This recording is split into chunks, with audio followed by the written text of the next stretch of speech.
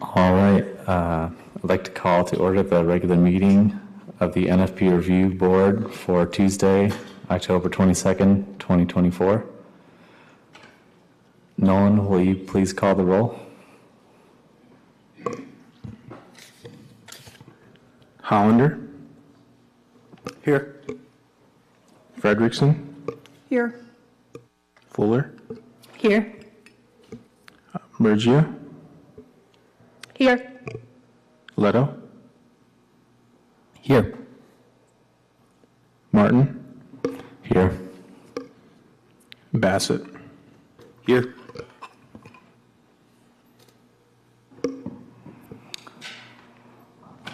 All right. That sounds like everybody, I think, right? All right, on to item 2, adoption of the agenda. Can I get a motion to adopt the agenda as presented? So moved. Support? Support. All right. All in favor? Aye. Any opposed? Motion passes.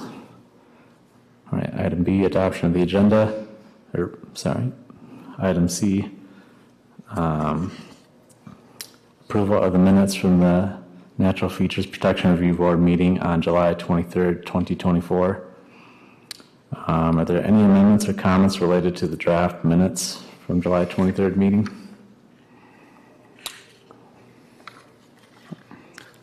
All right, hearing none. Can I get a motion to approve the minutes from the July 23rd, 2024 meeting? So moved. Support? Support. All right, all in favor? Aye. Aye. Any opposed? All right, motion passes. Item D, public comments. This is general public comments, so if there are any comments from the public, please come forward, state your name, and you'll have 3 minutes to address the board. There will be a separate public comment period for the action items under new business.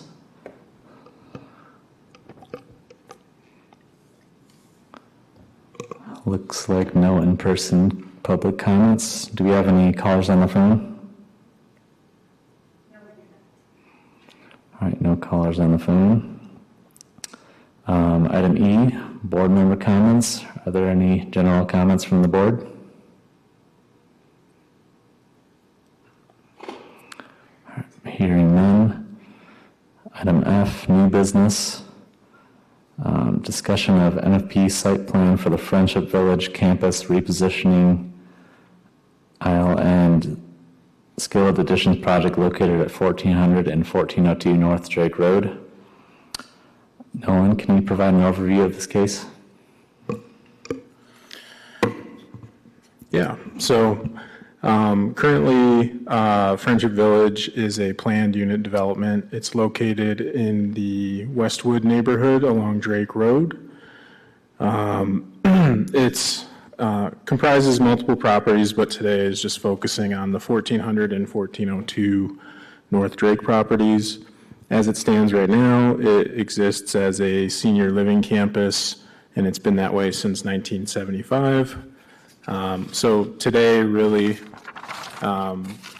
the applicants are here to talk through their plans for improving their campus, some of the processes they've already been through at the city, and talk about the natural features plans they have so far. So one key thing I wanted to talk about was that the applicant has already been to pre-site plan review, so they're starting the site plan process. Today's meeting is kind of a first reading, so to speak, since it's such a large project, to allow you as NFP board members to kind of ask questions, discuss this project with the developers, and then their hope is in the next 3 to 4 weeks, schedule site plan, and they would be coming back again. So really this is a little bit new process just to see, like, going to pre-site plan first, getting some initial comments, seeing if it affects potential NFP plans, and then doing like kind of a two-part discussion with this project towards approval. So, but, you know, the project itself, the properties are within NFP because of, they need rare species review, and there's protected trees and some woodlands. The woodland area is pretty large on the 1402 North Drake property.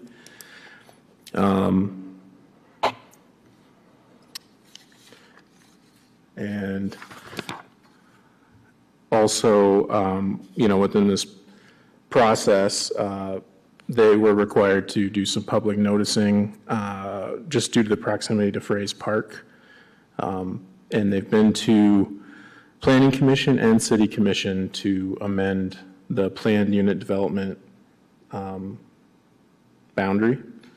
And I'll let them talk a little bit more about some of those specifics, but that's sort of the broad overview. And yeah, invite them up.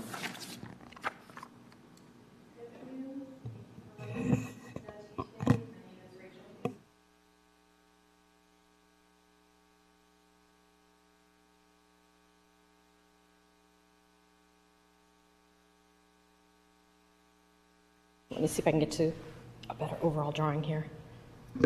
Oops. There you go. If you can speak a little bit more into the mic, that'd be great. Okay. There Is that you go. better? Yep. Okay. Let me see if I can get down to.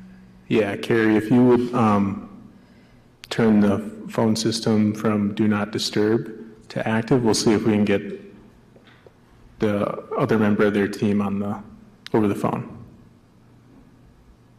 Let me get to this overall here.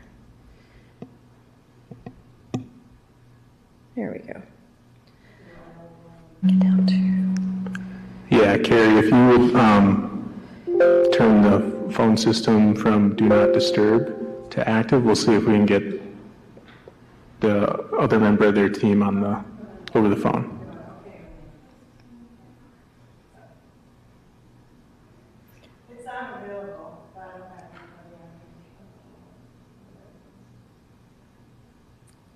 Am I okay to go ahead? Okay. Okay.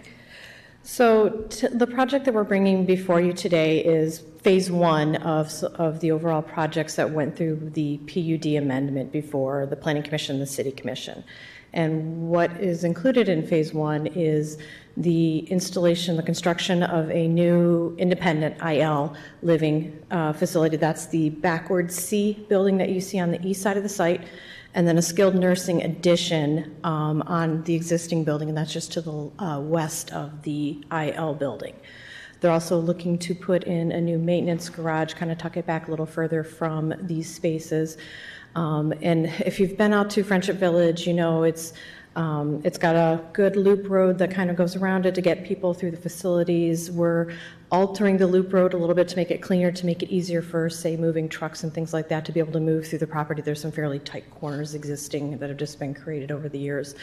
And so to create some additional parking spaces for each of those buildings. The IL building is a three-story, okay, I always want to say, yep, three-story building with an underground parking garage. And then the skilled nursing is a one-story addition. So a lot of the parking you'll see for the IL, the reason why a lot looks smaller is because there's parking underneath the building. And so Friendship Village comprises of actually three properties: the 1400 North Drake, the 1402 North Drake, and the 4300 Beach.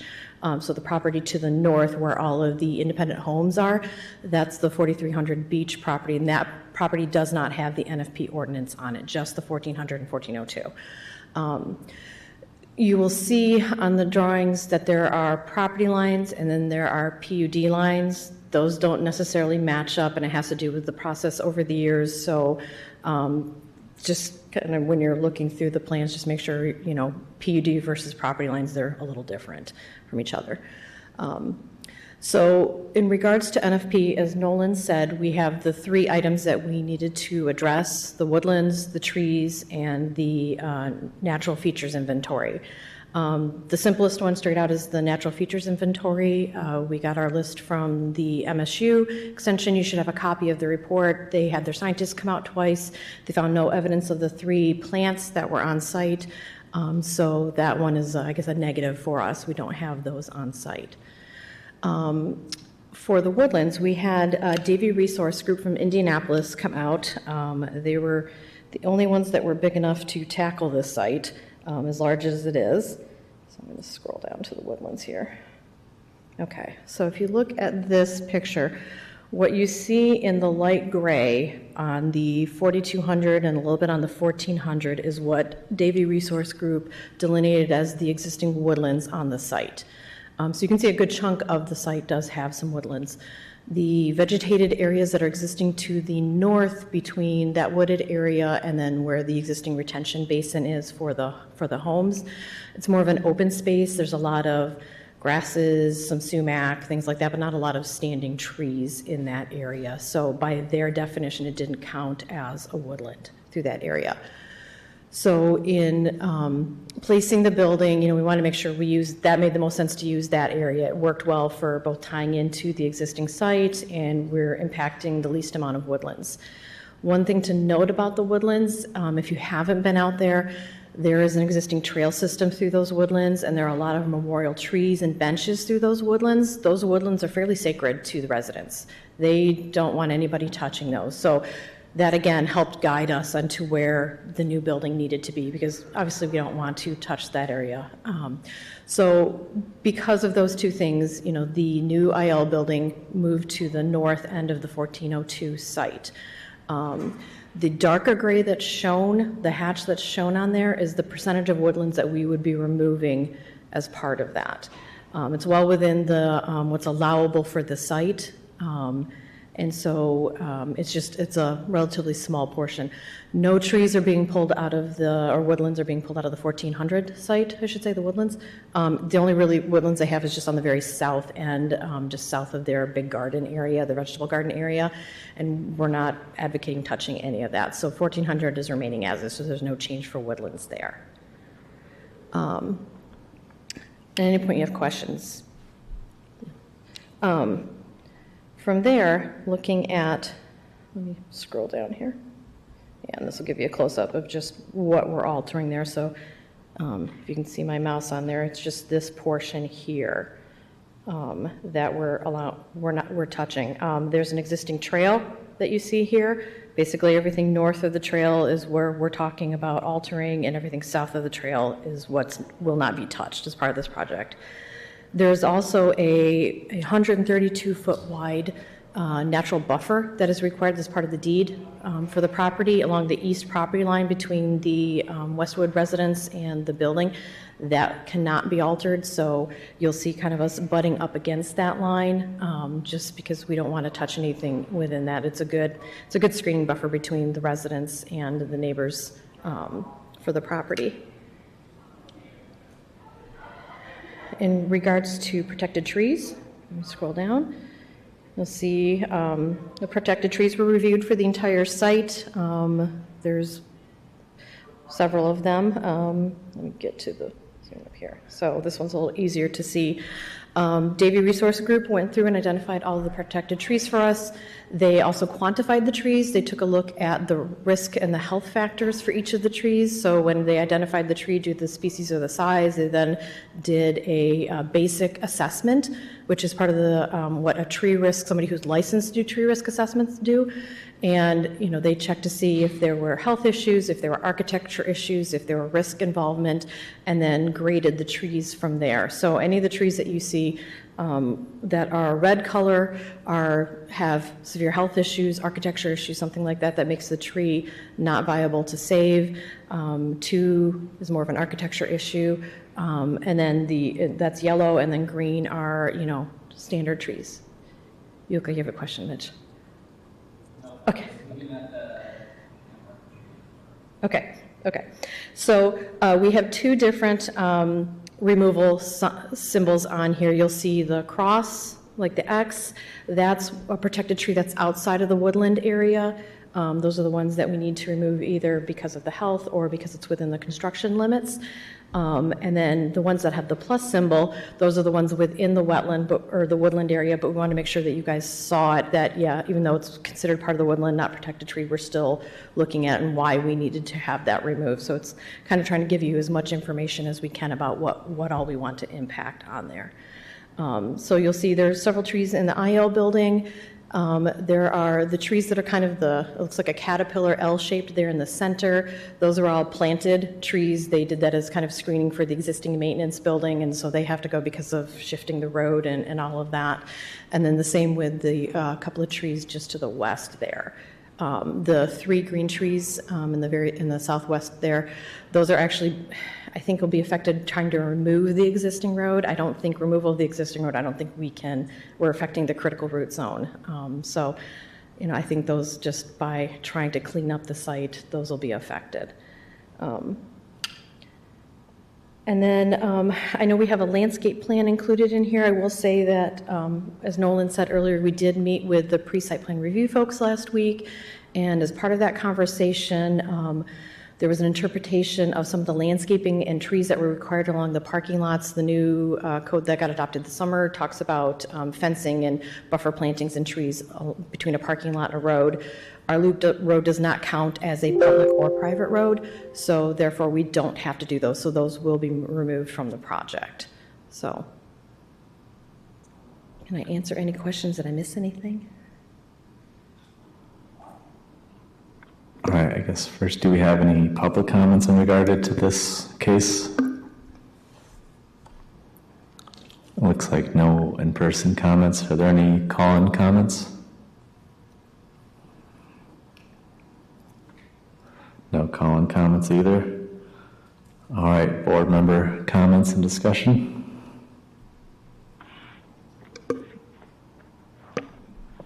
Sure, I'll jump in. I just wanted to thank you for I can see the challenge here of obviously housing, and senior housing in particular is a big, something in big demand in our community, and I know that this is one of the kind of most desirable areas for that, and I appreciate the reuse of the existing footprint, the 3-story building, the underground parking, things that show that you're trying to work vertically to not spill over into the natural areas, so appreciate that. I was curious as to the kind of dynamic between this process and the residents themselves. I imagine there's probably not like an HOA or anything, but knowing that, I mean, we can kind of, in a cursory way, see how this might impact the natural features, but was this plan part of any interaction with the residents? And you were mentioning the woodland as kind of a memorial area, and I wondered if there was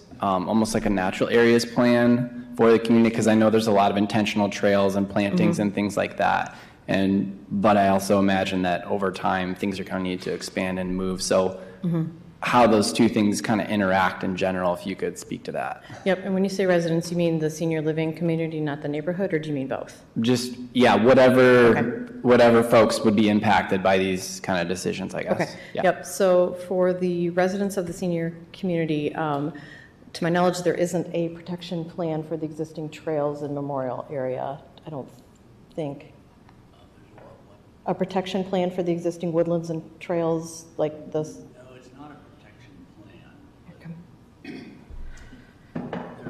I'm Randy Kuzer, and I'm the development manager for the senior campus as a third-party developer. Although I work for LCS, and LCS manages the campus too. So when we first came there, it was listening. We always start with listening processes and what's important to the residents. So I came for a listening session, and as I'm walking around to get familiar with the site, 2 of the residents recognized me as like an engineer type, and they knew that there was a meeting, and they said, look, these trees are important to us.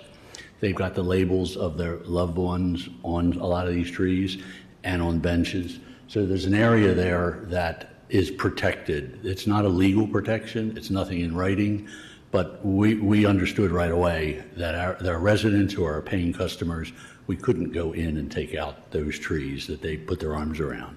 Now, what's fascinating about the whole thing, that was a popcorn field. It's been allowed just to grow. So the trees that we see there are just second growth trees from after farming. And they've really embraced them. There's a narrow asphalt pathway that goes through it with seating. So that part, as Rachel described, we don't touch it. Now, we have listening meetings and presentations to our residents rather regularly, and our architect joins us, and we do most of them. We did one virtual, our first virtual, and Rachel talked about landscaping.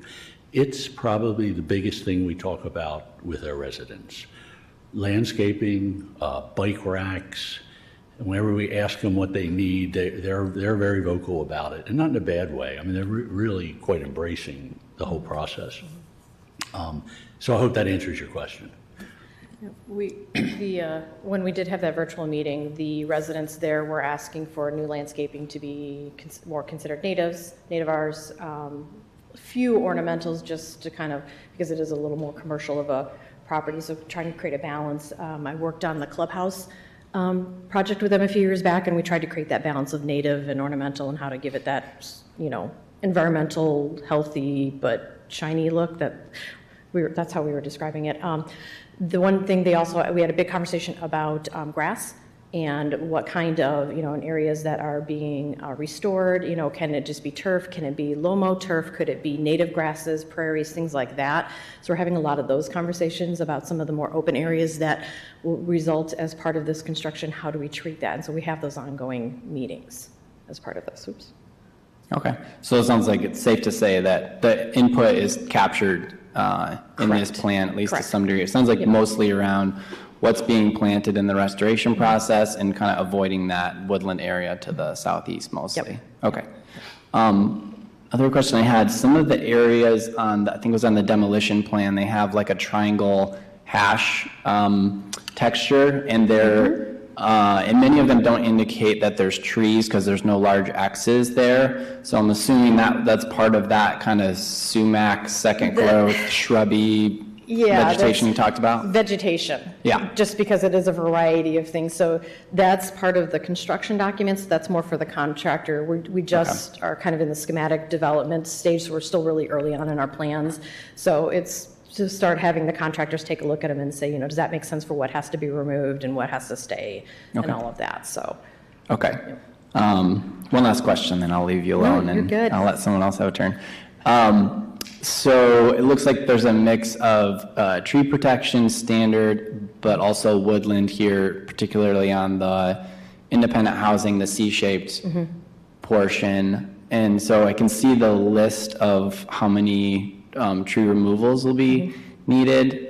Maybe I didn't catch it or see it in the report. Is there a percentage of woodland that's being removed? Because I think it's like 7%. 7%. 7 or 8%. I don't have it in front of me right here. Okay. I'd have to peer at this for a minute to find it, but it's somewhere on there, but it's like 7 or 8%. Okay. So we're well within what's allowed to be removed, because I think we're in the 50 to 75% coverage. So, and I don't remember all the numbers, but I think we're allowed like 25% remove or something to that effect. So we're well below that. All right.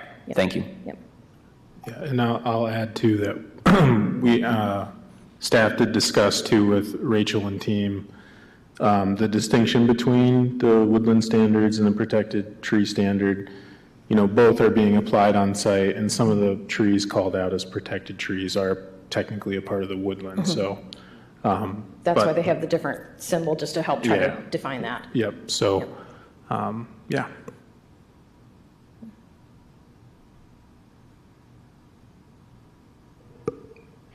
I have a question about the area where there were some more rare plants found, but it was determined they were planted. I know there were past residents that really focused on planting that area and restoring that area. So has there been discussion about how to honor that? I know it's not like an official NFP protection, but is that something that residents have brought up in this process? If I remember the plants correctly, they were in people's gardens or around their homes and not like within the wooded area itself. And so it's not something that's technically probably going to be altered at all as part of this project. Like some of the lead plant was, I know he specifically called that out because he was shocked to see in somebody's garden. It was specifically in one of the homes up on the north side there. Okay. He went and just took a peek, and that's where that was. So I don't think there's any of those within the wooded area that we're talking about removing. If there is, and I can ask him I've already kind of asked him and I haven't gotten a response back yet to see, Nolan wanted to see like his individual report for each of his visits to see if that was spoken about. I'll see if I can track that down if he has specific locations. And if there are, then yes, something like that would be simple to add to another garden somewhere else. There's a few areas where we're creating some courtyards and other places for the residents to be able to sit outside, and so those may be a perfect spot to, replant some of those. But that hasn't been something that residents have brought up as a concern? No. Okay. Nope.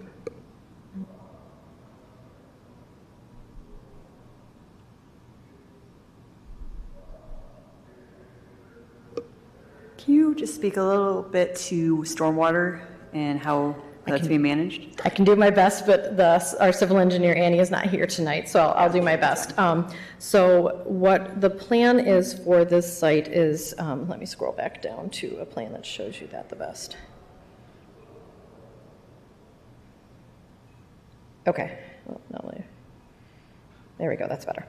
So right now, the intention is this area right here. So there's an existing trail that leads up through here. This is the large existing retention basin area.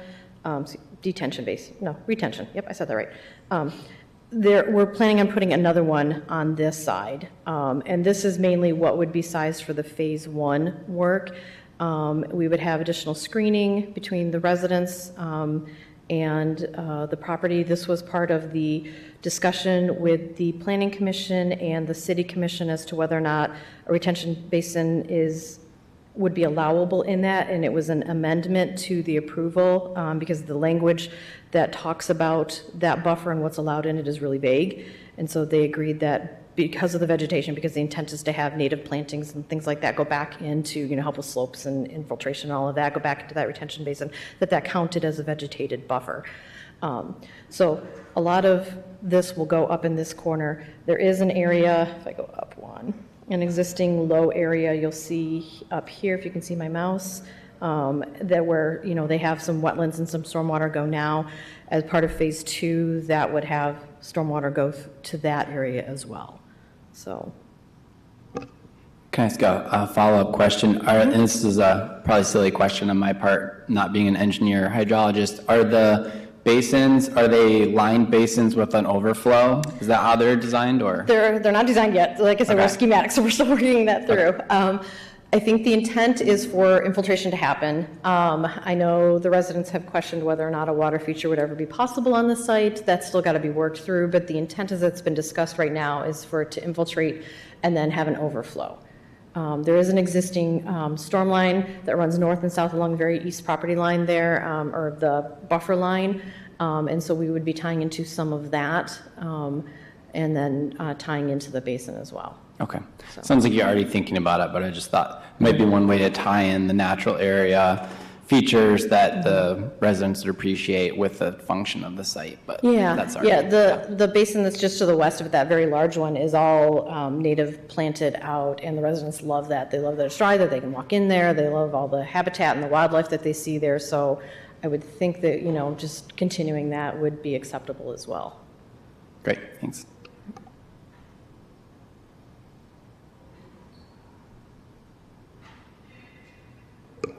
I saw there were a couple of non-native species on the landscape plan, and but I think in NFP they are required to be native. Is that? And those were zoning trees that we were because there's different symbols. So the symbol that looks like a tree instead of just a circle with a number, and a circle with a number is an NFP replacement plant.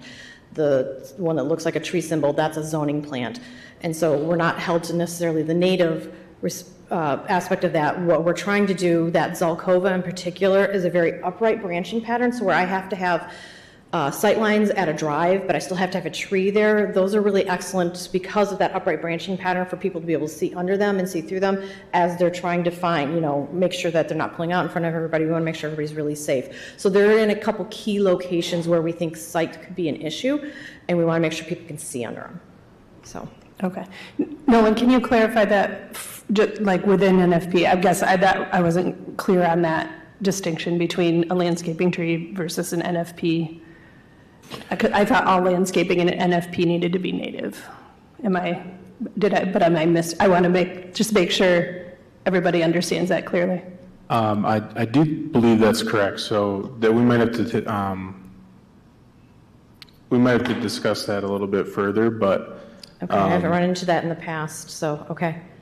Yeah, I would,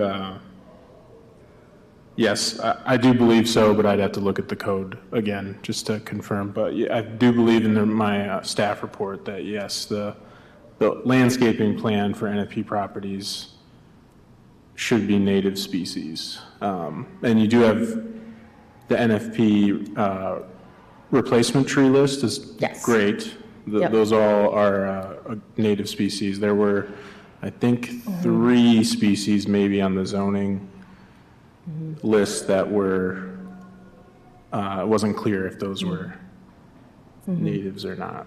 Okay, So I'll have to check on that. okay.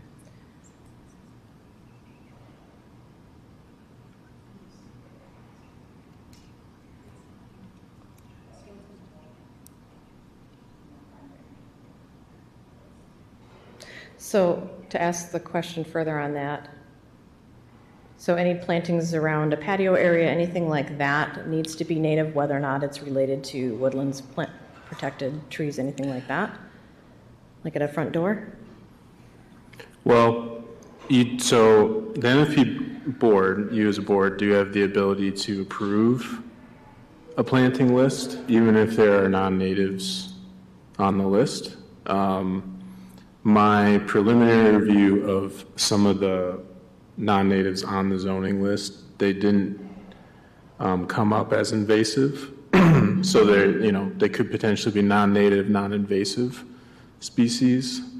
So, for final approval, if the board wanted to suggest alternatives, or if you're okay with those species as they stand in the plan, that's something that you have the ability to approve or not. But yeah, I'm sorry, I was just trying to. I guess where I'm going with this is, perennials and grasses, ornamental grasses are easy to do native. Trees are fairly easy to do native unless there's a specific branching pattern like I was talking about, something like that. Where we have the issue is shrubs. Trying to plant native shrubs right up against an entry, creating security. Native shrubs tend to be really large.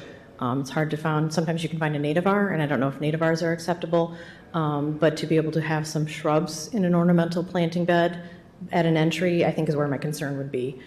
So if there's a spot there that we could have maybe a few native-Rs or non-natives, but non-invasive like Nolan was saying, I think that's where we would like to have that discussion. Yeah, I think there's a preference for native species, but if you can't find native species that kind of fit your needs, what you're looking for, there is a prohibited planting species, so as long as stuff isn't on there. Yep. But yeah, you can kind of make that case for like why, although a species isn't native, that you want to plant it, why you want to use it. And kind of, I guess, a question for the board here. Does anybody know of any native species offhand that might fit their needs? I was going to say no, but I think in the past we have worked with people about the native cultivars, because it's usually giving the same value, but in a more compact form, and something that's sometimes a little more aesthetically pleasing right up against a building. So Right.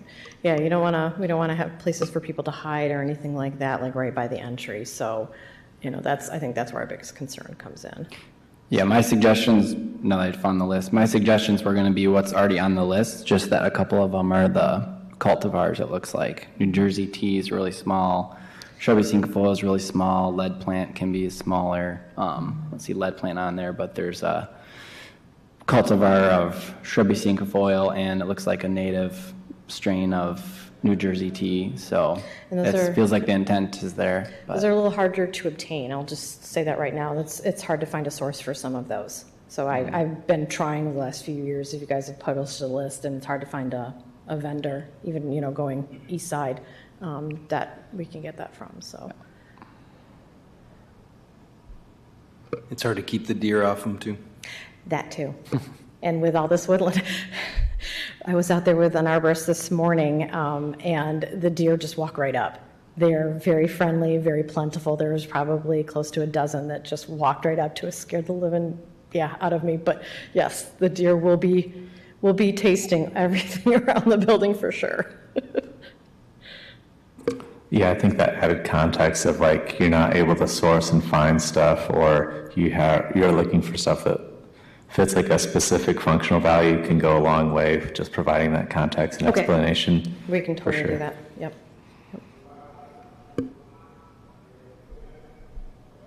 So then because like I said, we're at schematic level, do we have to have the landscape plans around the building entrances complete for the next submittal? I think Or if can you're that be looking, reviewed as part of site plan review? With the it's something that probably should be shown at for the next meeting, because you will need NFP approval for full site plan approval. Okay, and so we're locking the doors and sidewalks in now. Okay.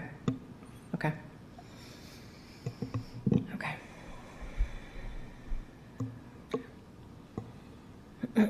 And we could, one area of flexibility is it could be potentially a conditional approval if it's something that is timing-wise with site plan review, if it makes more sense, if you have sort of that list with context that the board's talking about, and there can be a conditional or, condition on the NFP approval as long as that is Okay. provided to me as the liaison prior to NFP full approval, or site plan approval, Okay. that is, so. Okay. Thank you. What other questions? So I just want to circle back to the stormwater planning real quick. So first, I hope that I'm reading this right, because I'm working mostly off of the small version here. I didn't want to load on my device. What was the need that was identified for a secondary retention basin? Phase 2. I mean, are you observing signs that your current retention basin is becoming regularly fully saturated, or are there erosion signs on the road? Nope, so anytime you add any additional impervious surface, you're required to retain that on site in addition to what you already have. Okay. So because of the new building, because of the new parking lots, because of the new road, we have to quantify that per the city's stormwater calculations and provide new basins for that. So it's not a matter of whether, because that one basin to the west there is fairly large and it doesn't overflow, but it's designed to a certain capacity, and so any additional impervious surface has to be designed in addition to that, and that's a requirement of the city. Okay. So are there other locations on site that are being considered? The reason I asked that is, again, I hope that I was reading this right, is it looks like you have on just the south side of that road that separates the two retention, the existing one and the potential new one. There's a line of trees just to the south side of that road that will be taken out. So I'm wondering if you're not expecting that you would have a lot of runoff that would be crossing that road into the existing retention basin, if it might be better for you guys to keep that line of trees for absorption purposes? So line of trees you're talking about just to the south here? Yes. So they'll probably have to come out due to the construction. So this one, I should have added this, I apologize. So this trail that you see around the outside of the building, this is a fire lane that's required by emergency services so that they have access to all sides. It was supposed to be a 20-foot width road. We've worked with them to bring it down to a 12-foot road, and then we have grass pavers on either side so that we're reducing the impervious surface that's going in.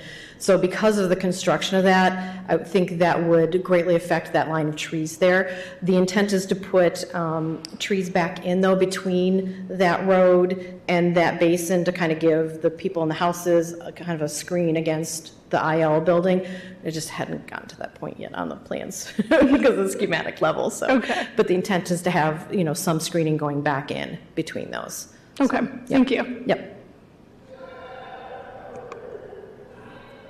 Yeah, and there'll be, There was some discussion as well with our stormwater engineer about accessing that road as well to help manage any stormwater utilities that are going through or under Yeah, that there's, access road. So, but otherwise it'll be fire lane only, so it will only be for emergency vehicles if that arises. Otherwise it'll be like a shared use, non-motorized path. right, the residents will use that as part of the loop through the property. I have a question. Nolan, can I ask you a question regarding woodland removal? So for applicants that may come back in the future for like a future development, that percentage that's removed, how is that captured potentially for future applications of the same parcel? I mean, they've got a ton of latitude here as far as that goes. I'm just thinking, there's always going to be pressure on housing, and if this comes up in the future, is that number, would it just be assumed that the city review process would dig into kind of what happened last time, or is there any formal kind of? Yeah, so like if they had another phase of a project on that 1402 North Drake as an example, where maybe more woodland. So we would lean on our city processes then. If we're talking about that scale, it's potential, highly likely that they'll need site plan review in which NFP is nested. So, Okay. yeah, we'll want to keep that in mind. So it would come back to the board and there could be that discussion about any potential woodland removals. Okay. I wasn't sure if there's any formal way to tag a parcel if it had already been through NFP as kind of a flag to. So we do keep track of we have a process on the back end that keeps track of our site plan reviews, and NFP is nested in that. So we'll have old review comments and documentation saved to look back on if, say, another phase of the project comes forward and, there might be other impacts. So I think as we go, we haven't actually had many cases at this point with how young NFP is that have, gone through the development process to fully develop the site and then kind of come back. Okay. Not yet. I figured as much, but just wanted to ask. So thanks. And the phase 2 that we're looking at right now would affect 1,400 and 4,300 beach, only nothing else on 1402, just because of the woodland issue. So, Yeah, and I'll add to the way the preservation percentage, that table is set up, it really grants some flexibility to some of the properties in town, like this 1402 North Drake, which is, primarily, it's a majority of it is wooded. So you have a lower preservation percentage, but as that gets smaller, right, the amount you're allowed to take out gets smaller as well, because we're trying to retain as much of it as possible. So the least amount of impact as possible for the future as well.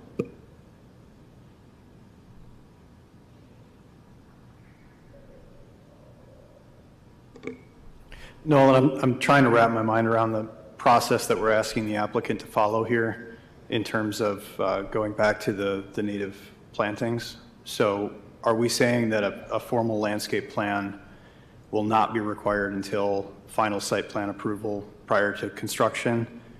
Is that something that we would then have come back to NFP for review to non-native plantings?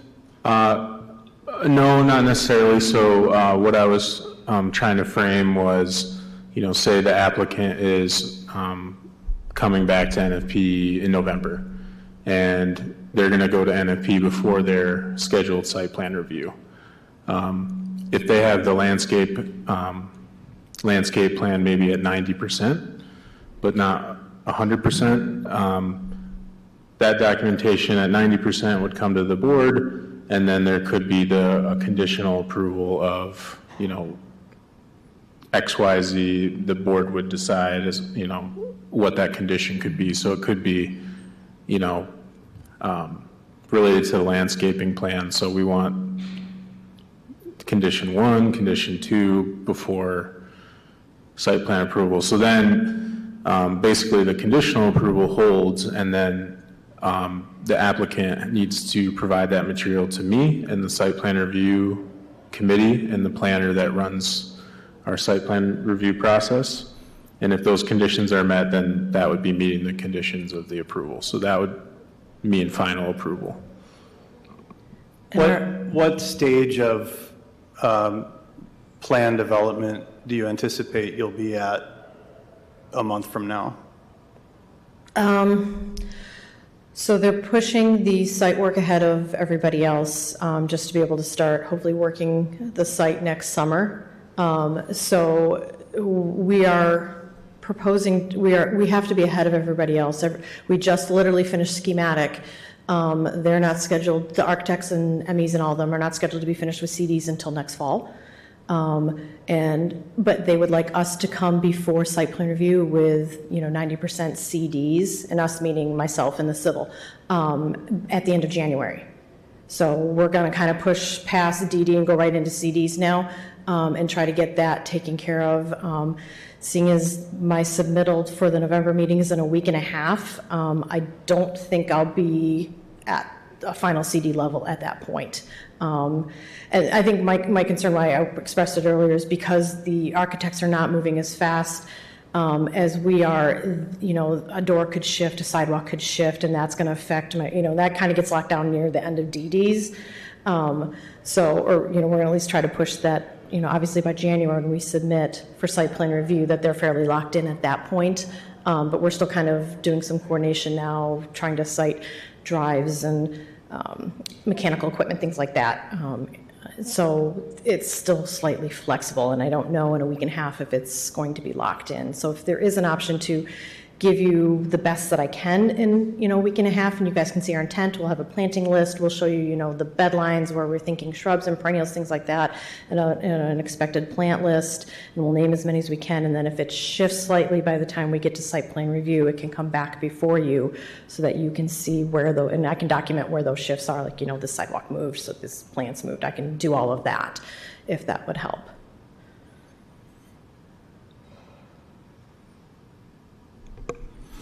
Yeah, so you said a week and a half. Could you clarify? Sure, because we have to have it in by November 5th for the November 19th meeting, so that gives me a week and a half to make any changes to submit back to you for your packet for the November meeting. Yeah, and then so if the initial site plan review meeting is on the November 19th, that doesn't necessarily... No, your next meeting, we're going to submit for site plan review January 31st. Right. Okay. Yep, so that's what the difference is. So, yeah, this is one of those situations where this is kind of why we were trying this new process out a little bit, because oftentimes what will happen is a project might come to NFP early, which, that's okay most of the time. But with such a large project, working with our site plan coordinator in the department, get them to pre-site plan first, see if some of the initial comments on their current plans might affect NFP or their NFP plans as they're presenting them. That gives them time to maybe look or make changes, come to the NFP board, kind of like this as a discussion phase, and then go for later approval. So it gives a chance to kind of coalesce a lot of comments. We still, the timing with site plan review can be what it is sometimes, but yeah, that's the timeline right now. And that initial site plan review meeting, there'll inevitably be, some changes in that process if comments come up, and if there's a change significant enough to the NFP plans as they were approved, then yes, they would come back to NFP at a different interval to make sure that if, condition isn't met, or if the approval is not possible now with comments made by maybe a stormwater reviewer, and a, basin has to move and it affects a certain part of the project. So it's a little bit of, not cat and mouse, but, playing Tetris a little bit with timelines and getting a chance to get the review comments back. and giving the applicant a chance to make any potential changes. I think the other thing we were running into is our concern that if there were changes or additional work or something that needed to happen from the NFP board, we wanted there to still be leaves on trees and things like that so that we could get that work done instead of January 31st, February, suddenly we're having to go back out and do something else. If there was things we needed to do, we wanted to be able to do them now. So that was one of the other reasons. There's also an issue of financing for a project this large. And there's a timeline for that, for a project to move forward. And so in order for the site work to happen in the summer, moving back some of those approvals now so that they, financing understands that the project is still moving forward. We've had many, many meetings with site plan review staff. We've met with engineers, we've met with fire safety, we've met with the planners multiple times. So I think everybody's fairly comfortable in regards to those things, where they're sited, where they're sitting, how that thing's laying out. So I don't anticipate a lot of changes there. This one was kind of the unknown as to how it would impact the layout beyond that. So that's why we wanted to start this process sooner so that we knew, okay, yeah, we can keep moving forward with design development, CDs, things like that.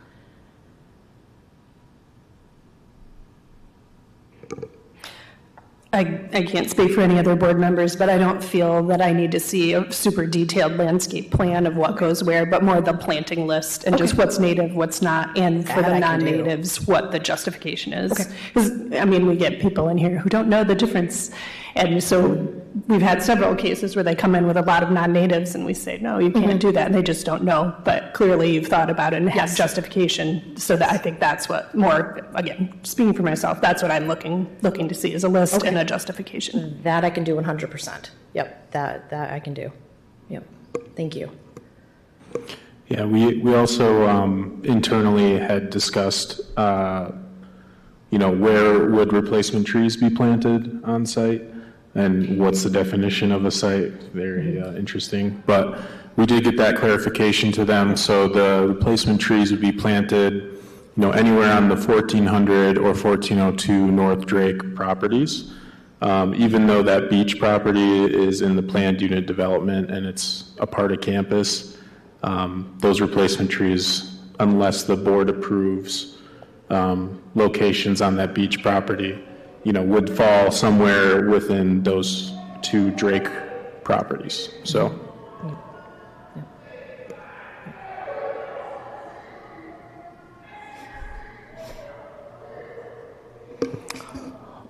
All right, any more board comments or discussion? Rachel, could you just quickly recap the Planning Commission and City Commission process? I know there was some dialogue with neighbors in the neighborhood, so just could you maybe cover that? Sure. So prior to submitting for the Planning Commission and the City Commission meetings, there was a meeting held on site. Neighbors were invited, letters were sent out. There was a post on their Facebook page, the neighborhood Facebook page, to come into the site, to come into Friendship Village. We had boards, we had stations, we had a variety of people standing around, and they could see kind of, and that, again, that was back in April or May, so very schematic level drawings, but just see kind of what's proposed, what the impacts would be on the site, what would be the impacts on, the most adjacent neighbors, giving them an opportunity to ask questions. And so that meeting was held, and we took that information and made sure, to apply it and listen to that. And then as it moved forward, it needed to go to the Planning Commission first for the PUD amendment, and that was to amend things like the new buildings, the parking, the building heights, things like that. The previous, PUD had not included, obviously, the new phases coming up, so we needed to amend it to include those. So it went through the Planning Commission. It was a very lively discussion. A lot of it was centered around whether or not the retention, the stormwater basin could be included in the buffer area or not, and how you define vegetative surface and buffer and all of that. But it did pass, and so then it moved on. The recommendation was to approve it, so it went on to the City Commission. We had 2 City Commission meetings. The first one was, just the review, and then the second was like you guys are doing now, is first review, and then second is decisions. We had a few people come and speak to those. The city commissioners wanted to make sure just to remind everybody that there are, need to continue that conversation between the owner, between the neighborhood.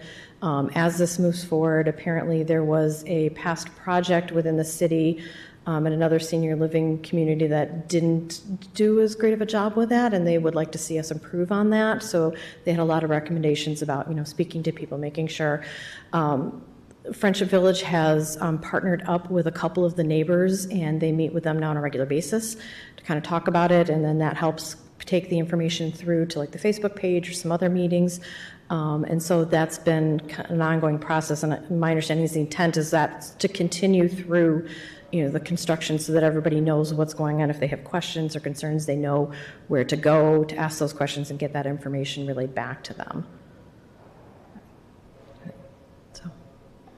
So Nolan, we're not voting on a motion tonight. This is just initial discussion, then we'll vote at the subsequent NFP meeting, correct? Or? Yeah, correct. So that's the intent of this meeting was just kind of a first phase discussion, which should be super helpful for Rachel and team, combining these comments with the pre-site plan review comments, and then making any changes to their plans and starting that actual scheduling of site plan review, and then coming back to NFP. So that is kind of where it's at right now. Got it. Thanks.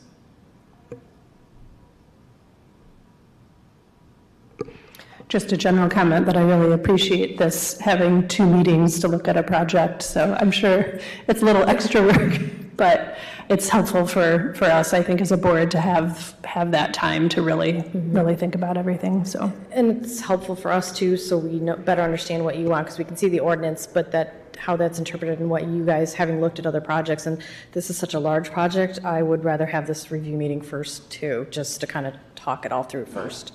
So I appreciate you letting us do that. Thank you.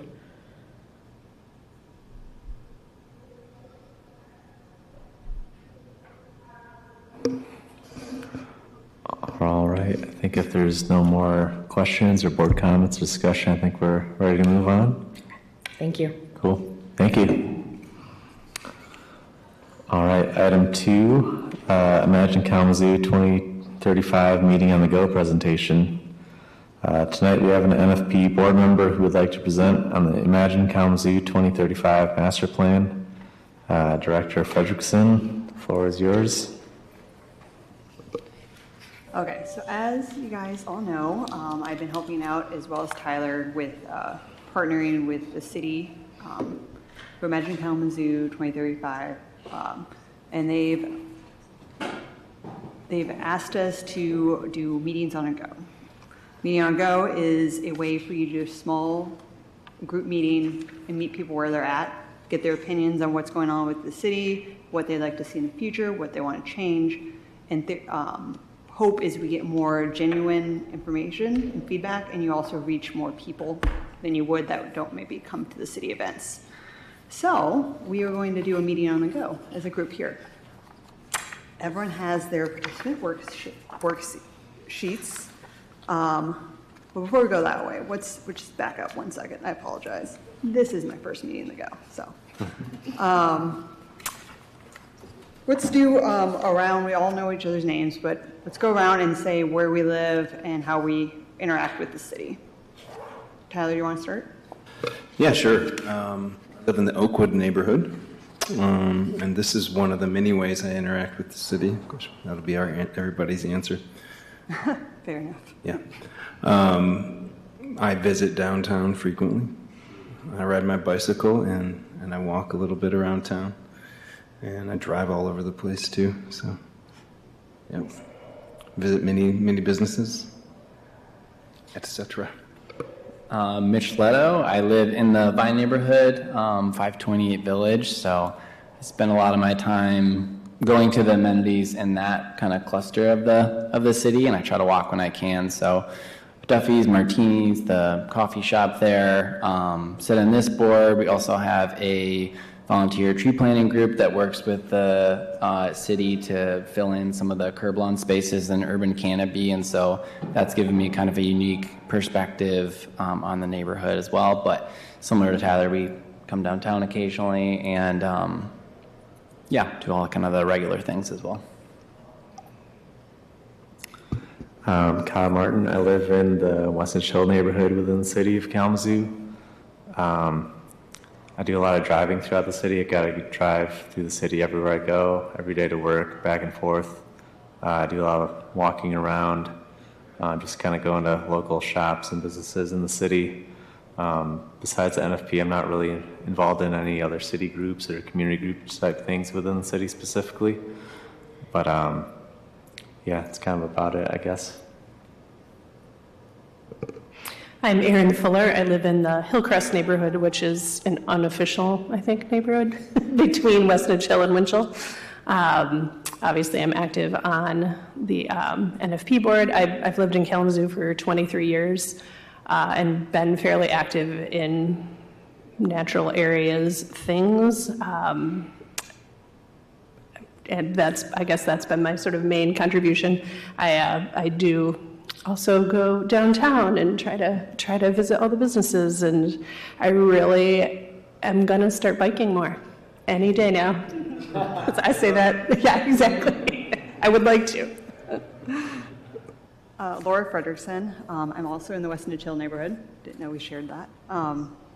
And obviously I participate in NFP, and I also work downtown, so I feel pretty connected to the city and its growth and exciting things that are happening, so.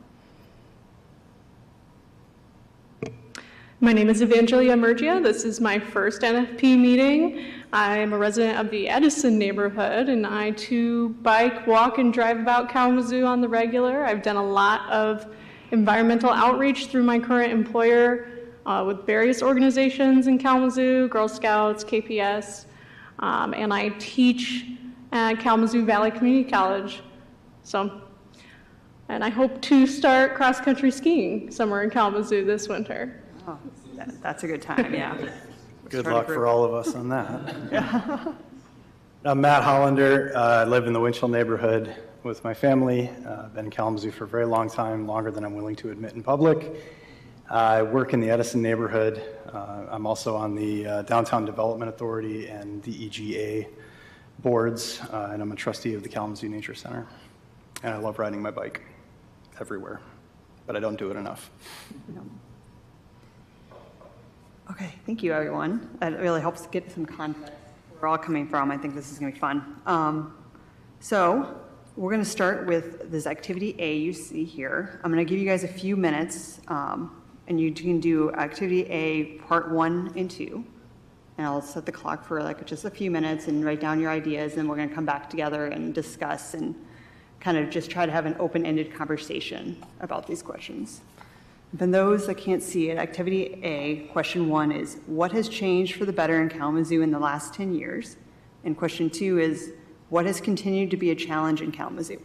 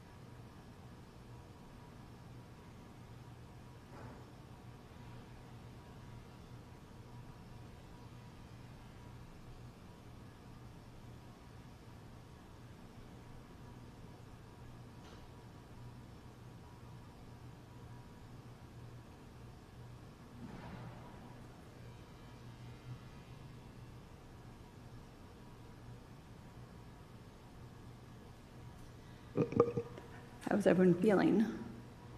Feel like you're ready? Okay, who wants to jump in? And we can just kind of, feel free to just kind of talk. We don't have to go down a line or anything too formal, but just see if we can pick up on each other's thoughts, and you might find that we have reoccurring themes, so. It's a little self-serving, but of something that's changed for the better, NFP. I mean, I think it's so cool that a community this size came up with this vision and implemented it, and I feel successfully. You know, we're always improving, but I think that's pretty amazing. Agreed. Yeah, I would say there were kind of like two, oh, sorry, did you want to go?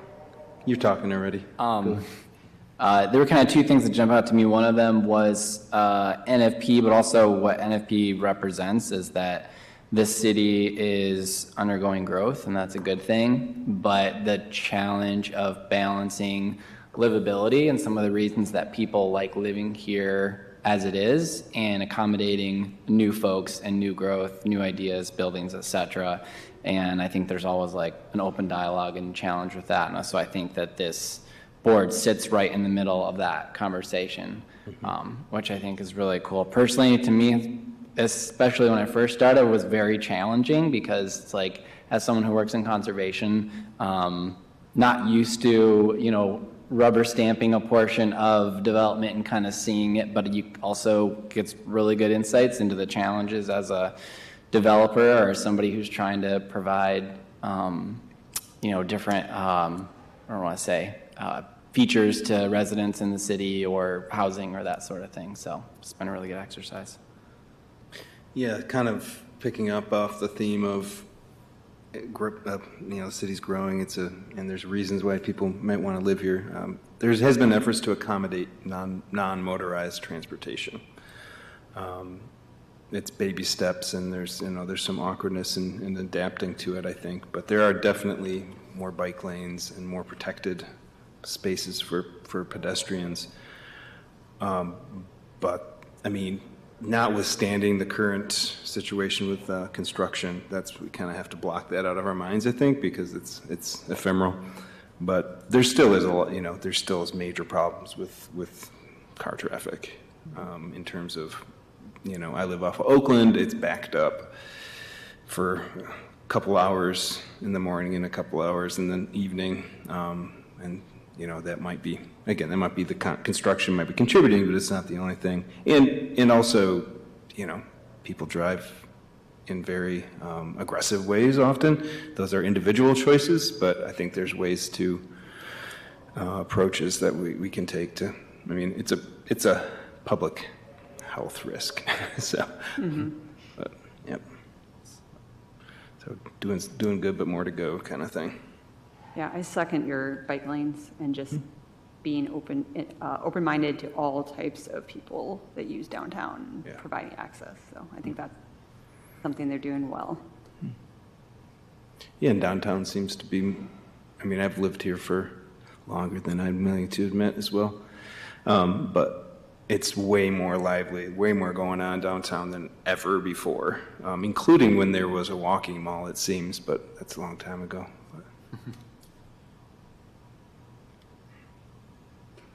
Anyone want to speak more about what they've seen going well since the last 10 years, or do you want to move on to challenges? I would echo all those, and also lift up the county housing millage as something very cool that we have.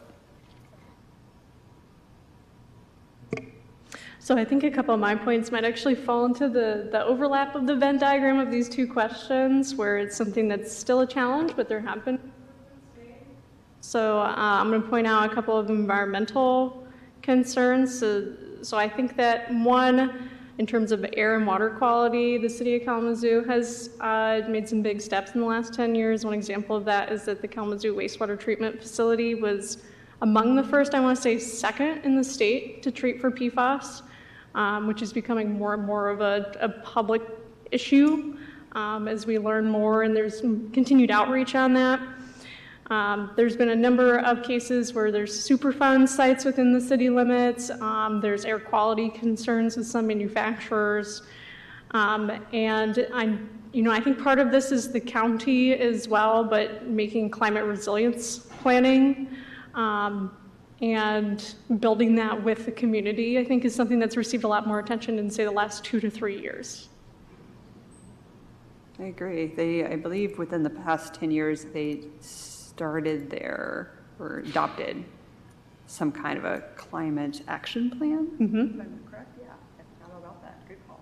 Yeah, I think that was with I might be messing up the acronym, but the Kalamazoo Climate Crisis Coalition. Yeah, Sounds right. I believe that they did a lot of the community organizing within that. I'll add to that, we have a community sustainability plan at the city. The county has a sustainability coordinator or director type position. We have a sustainability planner who I am fortunate to share an office space with, who has been doing a lot of really cool work this past year with one of his AmeriCorps members in all different types of topics. So, bats, bugs, all sorts of interesting things like that, housing, energy efficiency, and also just, a huge step for the city is kind of looking at our greenhouse gas emissions and some of the recent work on purchasing, renewable energy type credits with consumers' energy. So I think, yeah, those are all really good things to point out. And it's been a good opportunity to bridge a lot of gaps with partnerships with different groups and organizations. So definitely build capacity around that. Yeah, it's one thing to have a plan, but to have multiple staff members with sustainability in their name shows kind of commitment to that goal too. One of mine is the past 10 years, I feel like the city's communication with members of the city has changed tremendously for the better. And it almost seems like you have to go out of your way not to find information on social media. They post it everywhere. I don't know. For me, I see a change. So I think that's pretty cool.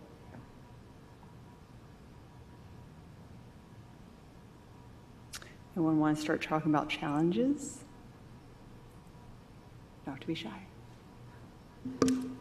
I think it's kind of both something that has improved but still has room for improvement. Is just traffic management throughout the city. The summer is just lots of construction. It's just kind of short term, kind of frustrating for a lot of people, I'm sure, but it has been nice to see like attempts with bike lanes and stuff like that. But there's also kind of been areas kind of have gotten more congested as well. Some of the stuff downtown is definitely a bit confusing with kind of flow of traffic in certain lanes and stuff. And I don't know, some of the stuff I don't remember learning in driver's training. I think some people struggle with, especially I think of like when people come in from out of town, like they can have a really hard time with that stuff. So I think it's good. It's something we're working on as a city, but still have definitely some room for improvement. It's, one of those things that buildings kind of are in standstill spots. You can't move them around so it's kind of never going to be perfect, I guess, but yeah. Awesome. Yeah. I'll speak to an elephant in the room outside of my wheelhouse of knowledge and understanding, but homelessness and community relationships with law enforcement, I would say. Thinking about, I participated in the last Imagine Kalamazoo. It's like, oh my God, that was 2015. So COVID and 2019 and 2020 were in that 10-year span. So obviously nobody expected that, but kind of blew up a lot of existing issues that were already there, but really magnified. People had a new attention to events happening and new access to free time and frustration. So it's obviously an issue that's much bigger than the city, and in some ways the city has done some great things to try to address it, which I think can be a challenge too, because other folks will fixate on that if it's the only entity offering resources in the greater area. So I think some of these challenges are much bigger than the city, but I think that that's something as the city continues to grow and just time continues to pass that, that I see, so. Yep.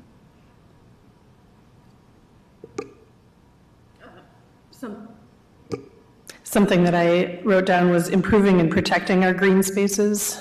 Just, from the NFP perspective, I think Kalamazoo is lucky to have a lot of natural areas, city-owned, university-owned, privately owned, a mix. But just, and some of them are in some form of protection, but just, I don't know if there's a way to do more to make sure that they don't just become places where people dump trash and people feel unsafe being in. So if some of those green spaces could be seen and treated more as amenities for their neighborhoods, that I'd love to see more of that happening.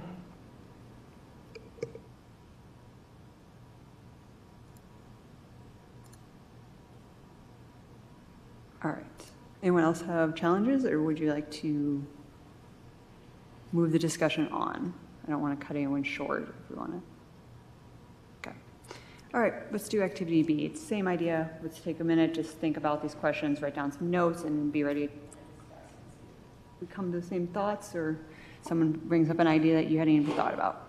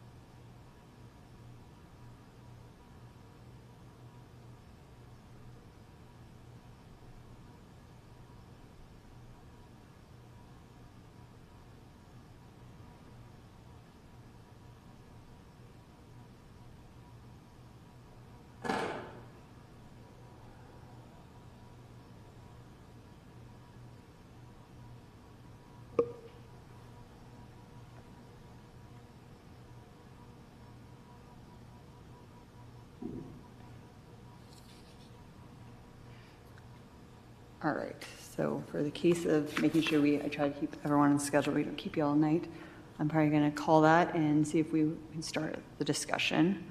Question 1 was describe what a happy and healthy city means to you. For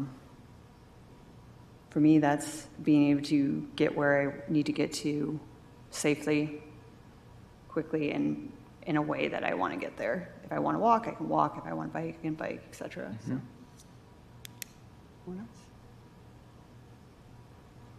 Kind of wrapped mine up in as many needs as possible met within the city, and that residents also know about those amenities. So, yeah, if you can do your grocery shopping, get your doctor's visits, do your recreation and work in the same city, you're just going to be a lot more connected, and the cash flow is going to stay within the community, and people just get to know each other better. So, yeah.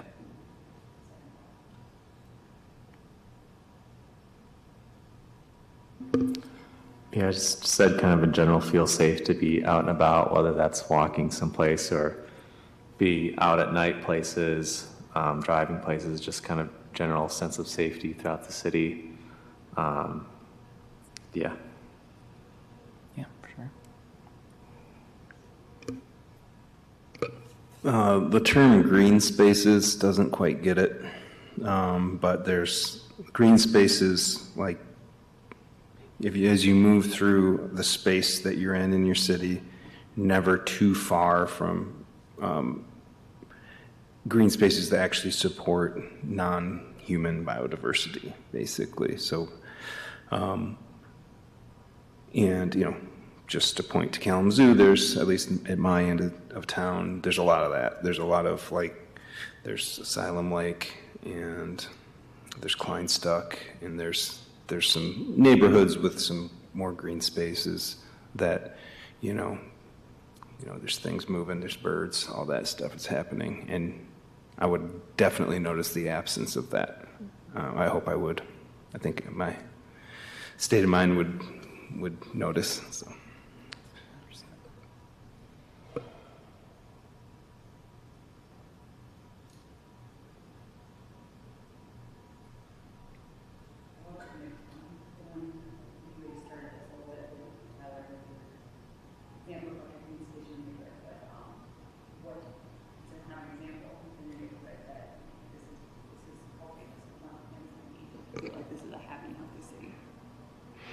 Well, that's exactly what I wrote as a natural area that's easily accessible to the neighborhood. The whole neighborhood can walk to Kleinstuck in my neighborhood and have, access to birds and a marsh and blocking out of city sounds and all the mental health benefits and physical health benefits that come with that.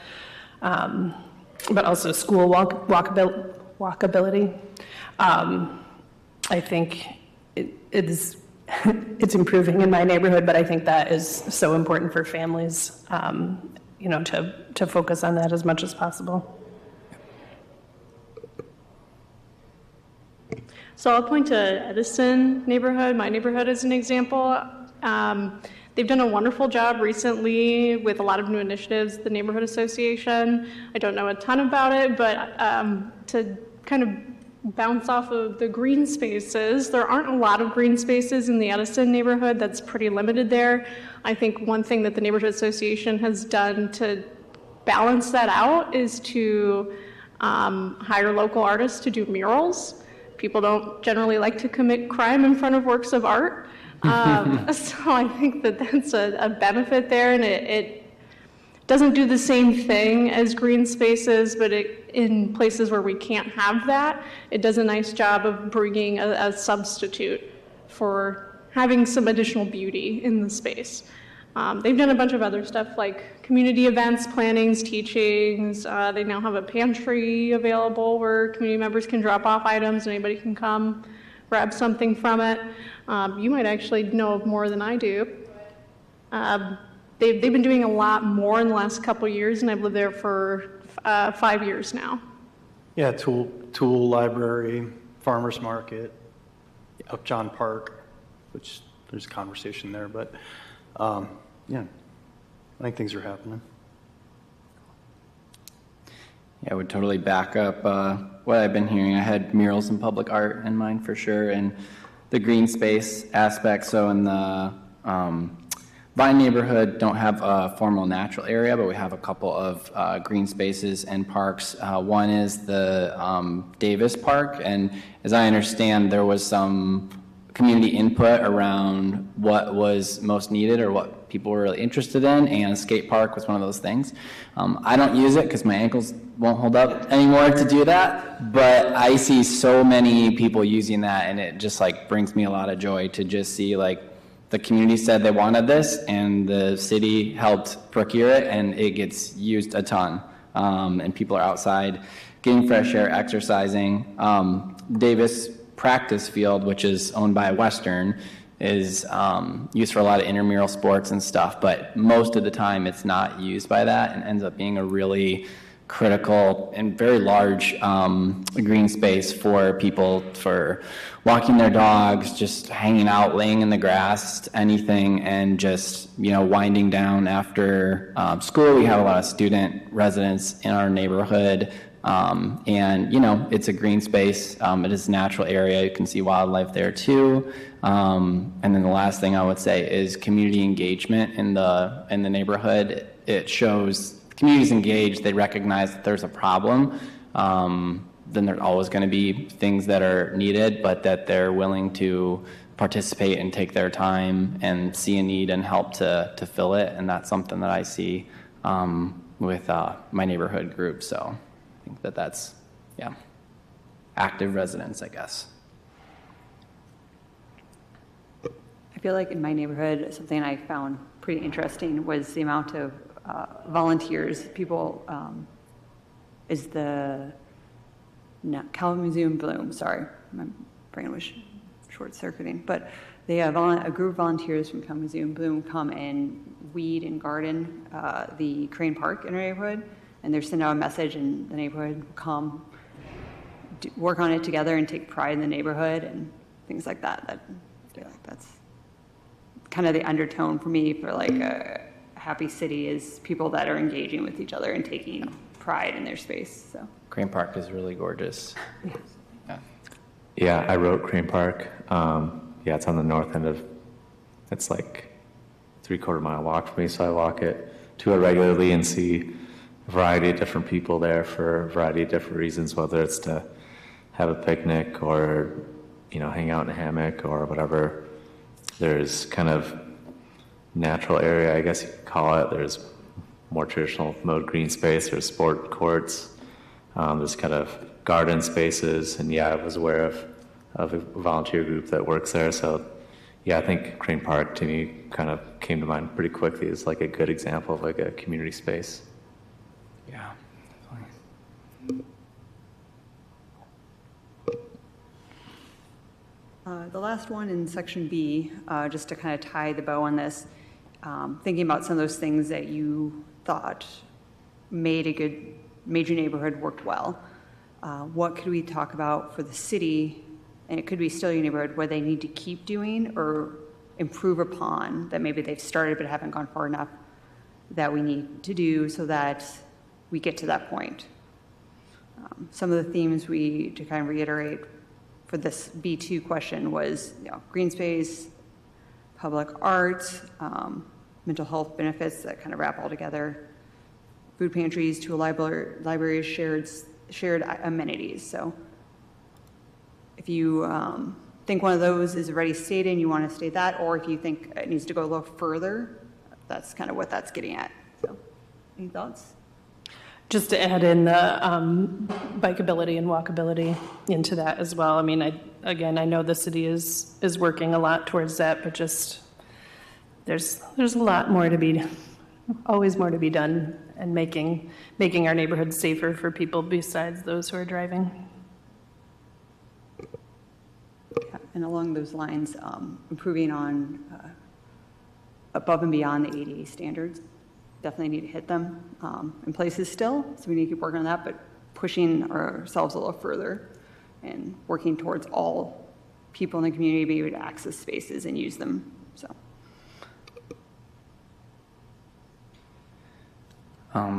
one thing that I've thought a lot about is there's sort of this like third space that NFP doesn't touch in the public parks that we have in natural areas in Kalamazoo don't touch, and we actually hear it come up from residents, especially initially with NFP, kind of confused about what NFP could do and was going to do. And I think that folks thought that we were here to stop development and preserve all the trees and all the private parcels so that they would never be developed, and that's obviously not true. And I've also seen there's a number of parcels in the city that are kind of undevelopable, and it's a little bit of like a hot potato thing where they might be in like a floodplain area, but they're still private, and so they're either degraded or not maybe used to their best potential.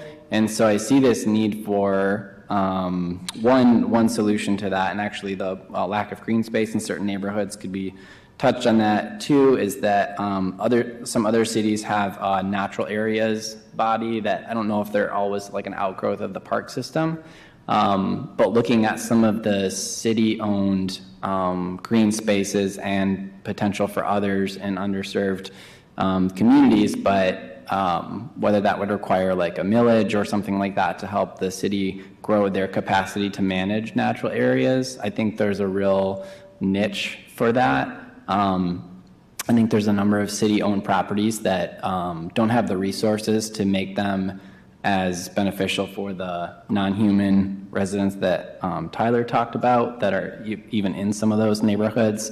So it's this kind of like next step or evolution in my mind that has a lot of potential and has been done in places like Ann Arbor for a couple decades now. And I think that the community would really support something like that. And I think timing feels good. Not easily done necessarily, but I can write it on paper, so. Yes. No, I definitely wanted to read, that's basically, I wrote a version of that down too, but basically what the NFP board does is prevent degradation of the, what the ordinance covers, but what you're talking about is a proactive approach to improve natural areas and improve the capacity for this city to support all the things that this board is here to prevent the degradation of. And so, yeah, I definitely thought about, this city parks and city properties, ways to enhance those and also to increase connectivity. I don't know if there's ever been an analysis of the city from the top down and like where are all the natural areas and what amenities do they have from and how can we, using city-owned property and incentives for private property, improve and maintain connectivity between those places that exist. Blanche Hall is a great example. It's like that. There's place. a lot of potential there. Especially if you like bur oak trees, which we all do. And, our Parks and Rec staff just updated their Parks Master Plan recently. And, I think the next 5 years is going to be heavily focused on managing and maintaining and improving what we do have. But that's not to rule out, maybe in the future that if other spaces can be implemented or added to the roster of green space in the city, that could be really cool. But yeah, definitely something that I know our park staff are interested in. Yeah, we got the right people in place for this. Mm-hmm. I think there's a lot of synergy between city and community goals as well, like places that the city already owns that people might not know about. My comment was having amenities and then making sure people know about them, but also that could be added to that people are comfortable using them. And there's a lot of synergy between something like invasive shrub removal, invasive species removal, and like sight lines and safety and well-being and ecological restoration as well. So I think that a lot of these have a ton of overlap.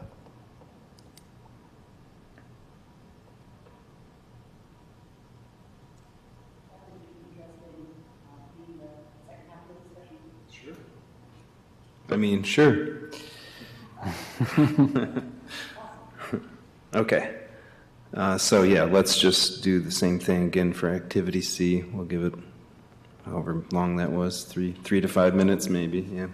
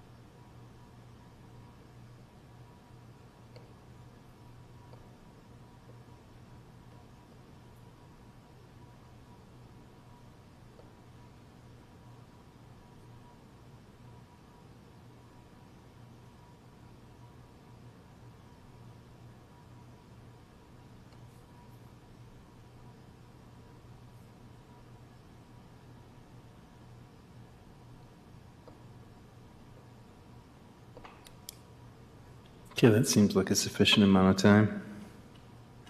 Does anybody have any thoughts on what is needed to achieve the happy and healthy city that we've been describing? Yeah, I want the city to work on building a standard zoning code that's above of ADA and involves universal design. Barriers are, to jump into the second one, would be fear of like deterring development or getting buy-in from all user groups is definitely would be a challenge. But if we're thinking big, that's what I would like to see. Yeah, I think for this one, we could just answer them in tandem like you just did. That makes most sense to me. Or state that there are no barriers, if that's true.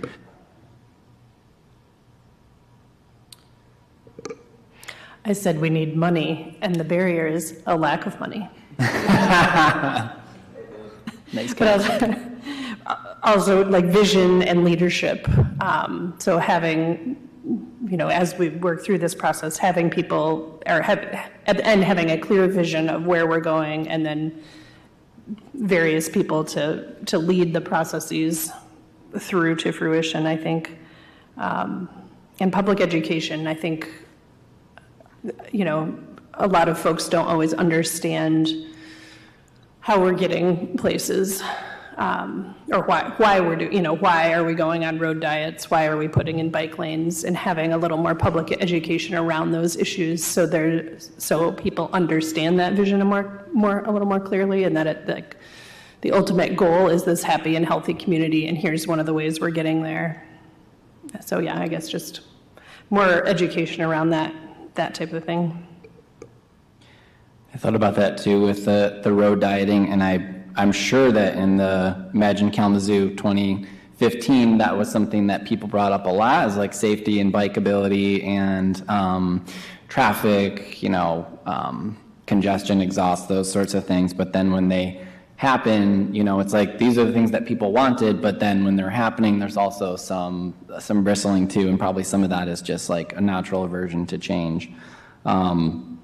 But in box 1, I put pathways for engagement for city residents to see the community goals or city goals and see where the city's at, but also see like maybe ways that they can help meet those. So if the city has goals or the community has goals for like reducing impervious surfaces or, increasing water infiltration or something like that.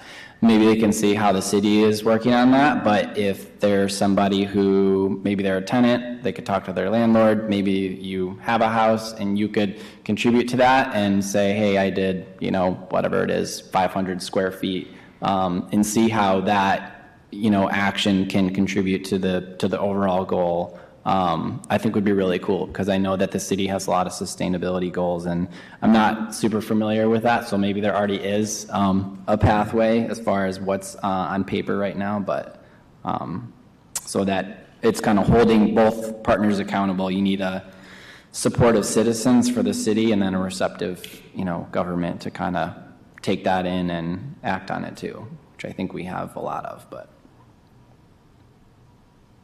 It'd be nice to see just improved connectivity of urban spaces, neighborhoods, green spaces, businesses, that kind of thing.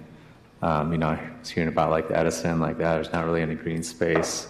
Likewise, my neighborhood, it's can't really walk too many local businesses and stuff like that. So some other cities and stuff, I'll see kind of what I would say a better integration of kind of neighborhoods adjacent to businesses that are easily walkable to, and urban parks and that kind of thing, where kind of in the city right now, it seems like a lot of stuff is just kind of blocked off and kind of separated more so. So just kind of improve connectivity and kind of integration of different uses of zoning and stuff, I guess. Yeah, I don't know if it's a need or a barrier or whatever, but when you're talking about that connectivity, it reminds me of when I've been in Twin Cities and Madison and other Midwestern cities that have insanely good networks of bike trails, and you can get everywhere. You can cross busy roads. You can do the whole thing, and it felt like cool places. Mm-hmm. And we're not even that big, so we can figure it out.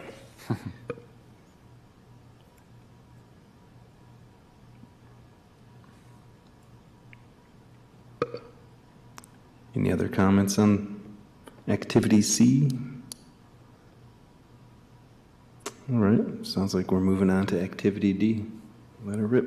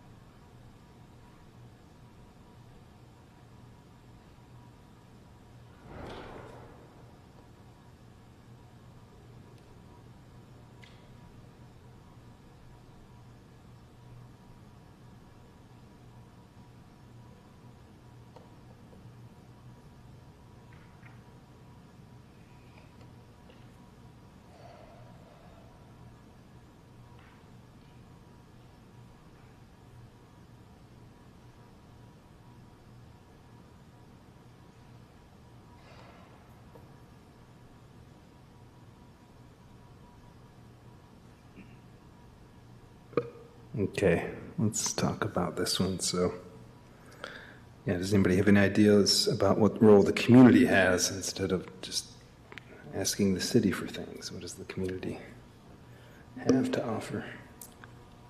I think just the community providing feedback to the city and stuff on what things they want, they don't want, things they like, don't like.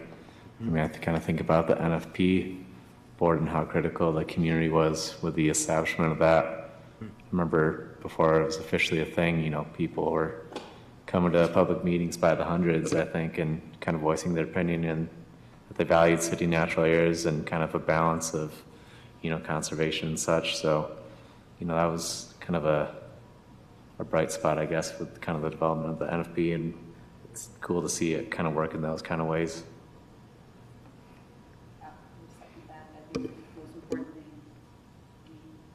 for the community is get involved in some way, get rid of the only accountable, but you know, less Facebook and commenting, more like actually trying to big picture, while trying to get to the same goal, right? Theoretically, so trying to get perspective. So I think that's the community's role in this.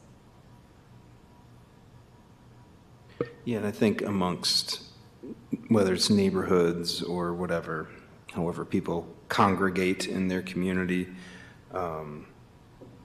coming to some sort of consensus and being on board with things instead of, it's another opposite of what you just described, just individuals being angry in their own space, showing, and that increases the probability of success, I guess. Whatever it is you're advocating for, like, get your community along so the city knows their support for whatever you're trying to do.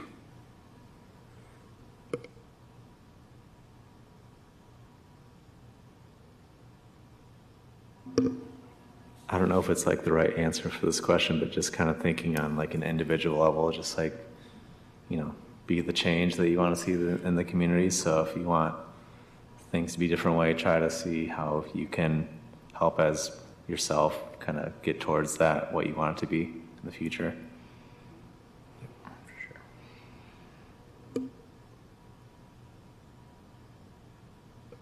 Does anybody have thoughts on number 2, partnerships? It's kind of a broad one. So this kind of piggybacks, I think, from part A, or number 1. What everyone was getting at, I think, could be summarized by trying to get people to take ownership of their own community's safety, security, well-being overall. How to get people to do that, that's a whole other question, of course. And it sounds like we all see a different level of success with that as we get to smaller units of community, so neighborhoods are brought up a lot. I might just not be informed on this, but do we have like a neighborhood liaison that works in between the individual neighborhoods of Kalamazoo to kind of facilitate that communication and bridge efforts? Yeah, we have had a neighborhood activator position for quite a while. I think it was a product of Imagine Kalamazoo 2025. The master plan wanted to get granular a bit more, and so since 2018, there's been a number of neighborhood plans adopted. So Edison, as an example, has a neighborhood plan. I think it's probably due to be updated, but yeah, one of my colleagues is the neighborhood activator, and their role this past couple of years has been galvanizing and working with groups who are like trying to get more organized. So a good example of that is like West Main Hill, kind of had a neighborhood association for a while on their own, but they're working with us quite a bit more and working towards a plan. And I've also helped, one of my other roles is working with some of the groups that have neighborhood plans already to work on different types of projects. So one kind of example would be like the Kalamazoo Roots project, which was funded through FFE, but it was connected to a number of neighborhood plans. So Edison neighborhood, Vine neighborhood, Oakwood neighborhood. The final year we were in Northside neighborhood as well. So we definitely try to take that granular approach when and where we can. Not all the neighborhood groups are as well connected to the neighborhoods that they're in, so it is kind of an interesting dynamic. You think of the association for a neighborhood as maybe being the neighborhood, but the neighborhood is the neighborhood, and then there's this association that might, fill a gap in the kind of leadership role. So, yeah, it's an interesting process, especially when we have a couple neighborhoods who have paid directors, and then we have some neighborhoods that have volunteer boards. So, but yeah, we definitely have that. We've had that liaison position for a while. Okay. Then one other thing I would add, I'm sure that there's already a pretty strong standing relationship with the university given their presence here. But I don't know how involved the individual neighborhoods might be with, or how aware they might be of the volunteer hours that are required of some student organizations, the professional experience that they might be able to gain. by working with these communities, perhaps there might be some more outreach in regards to how the university can be more involved with the individual neighborhoods. That was my number two was, and this is probably happening on levels that I don't see and understand, but when you think about it, we have 3 universities in Kalamazoo, K College, Western, and KVCC, and I think I don't know when they were built, but the Food Innovation Center and that whole cluster of KVCC campus, I think did a really good job of having open houses with the community, having community programs and things like that. And I think that's a really good example of kind of recognizing the asset that universities are, because they can be islands to themselves. And so, like I know you're the president of the Kleinstuck, Stewards of Kleinstuck, and there's a Western liaison that sits on that board, right? So that's a great example, but just thinking about other ways that, maybe staff members, even like graduate students, in terms of the work that they're doing, just some incentives or values around working in the community that your footprint is in, I guess.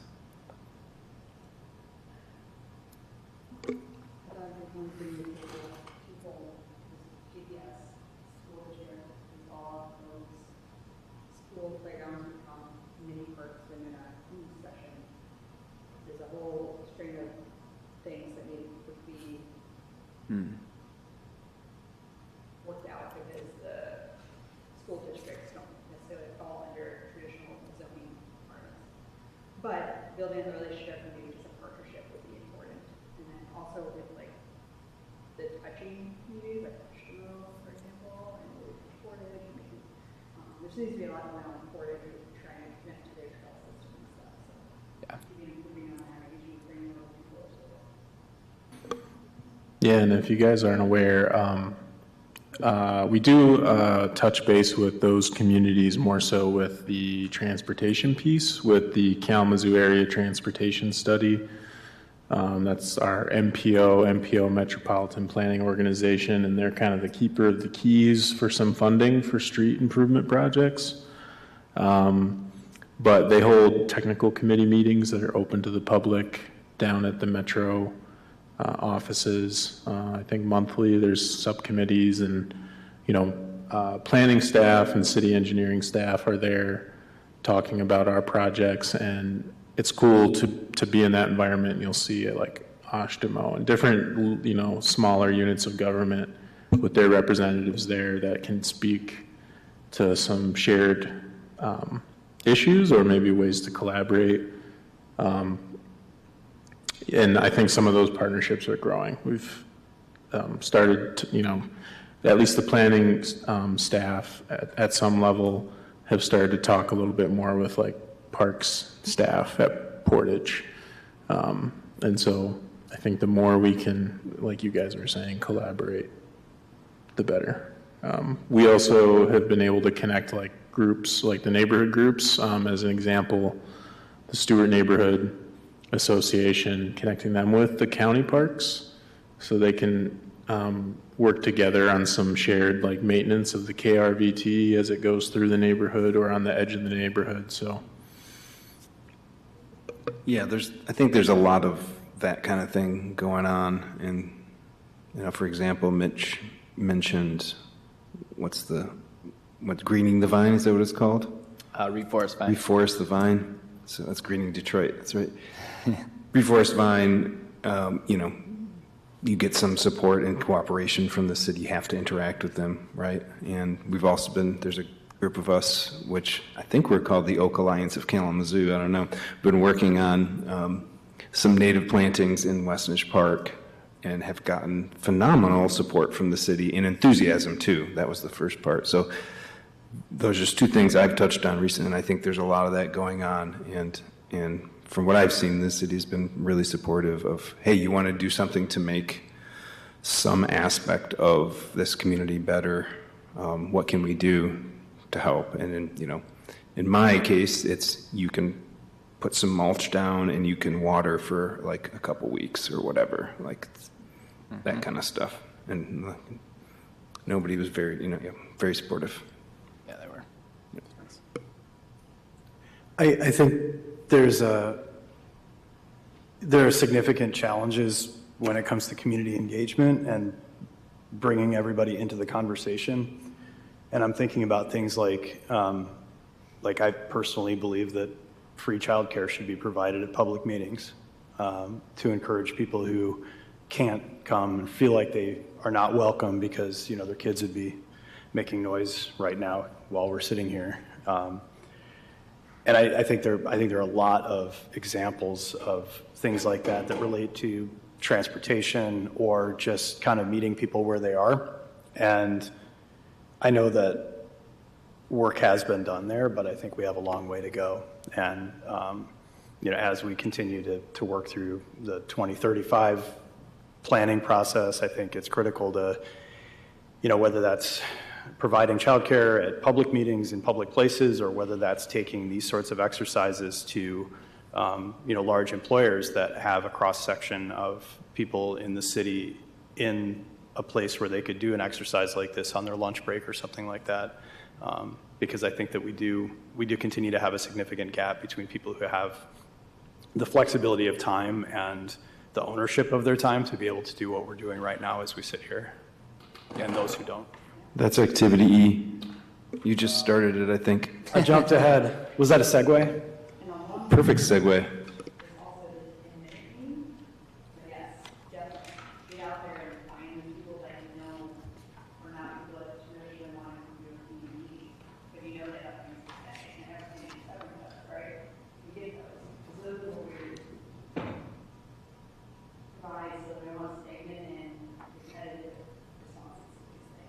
Yeah. Yeah, I would support all those comments on, I think the city already does a good job, but just to support that mode of connection, like the Vine Neighborhood Association parking lot, for example. Nolan came out last summer and kind of imagining like what that space could look like. There's some potholes in it that small cars could fall into, so it's like everyone knows the issue, but I mean people are coming and going there all the time, so it just makes a lot of sense to set up where the conversation is about and meet the people who are most likely to be impacted by it, because that's the place. And so I think that's helpful. I think I've seen some other avenues where like people can sign up for text message reminders for city meetings and things like that. And I think people just get busy, and as Matt pointed out, not everybody has the privilege to care about things outside of what they have to do to meet their needs and day to day, but people who maybe want to but get busy, I think that really helps. Yeah, and the community engagement piece is definitely it's improved. There's always room for more improvement, and it's kind of like a revolving door in the sense that we try a lot of different ways to communicate, and recognizing that we're not always going to like hit the mark with one or the other. Personal experience, at some meetings we'll have residents who maybe heard about something word of mouth or from a family member, and we get feedback like, I didn't receive something in the mail, or didn't, see something, and we can't always do a direct mailer to everybody. So we try to time it with one of our newsletters that goes out quarterly or bi-monthly, but we always tell people too, the important thing is that you're here. So you did hear about it, you're here, so we, I think, have a lot of, we've definitely made those improvements, and there's lots of areas to grow. I think, having more like communication staff potentially could be super helpful. We definitely are good at making some of those on the ground kind of connections. But, to Director Hollander's point, there's some big gaps still where it's really hard to reach certain groups. And I think those are probably the strategies that we have to start looking at next to facilitate people coming. Maybe this is happening already, but I was just thinking that having some virtual like virtual versions of these, so people who might be home with kids but could, put their Zoom on mute while the kids are playing in the background and have a guided discussion, not just a free-for-all, but, having virtual engagement options for folks who, might not be able to leave the house or whatnot would be another way to reach some of those folks.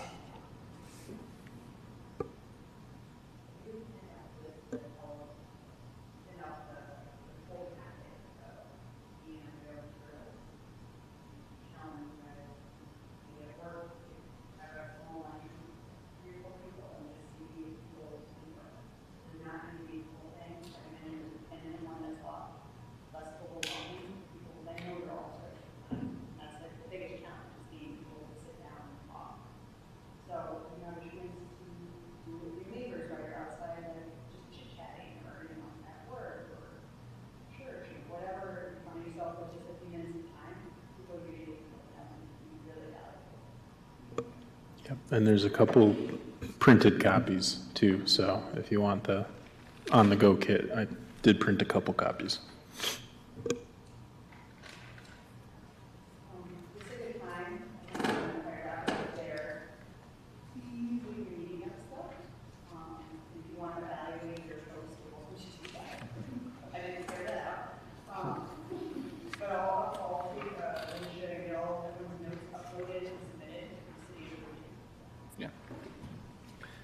Thanks for doing it. It's fun. Yeah. Yeah, thanks for organizing it. Thanks for keeping us on the right side of the Public Meetings Act.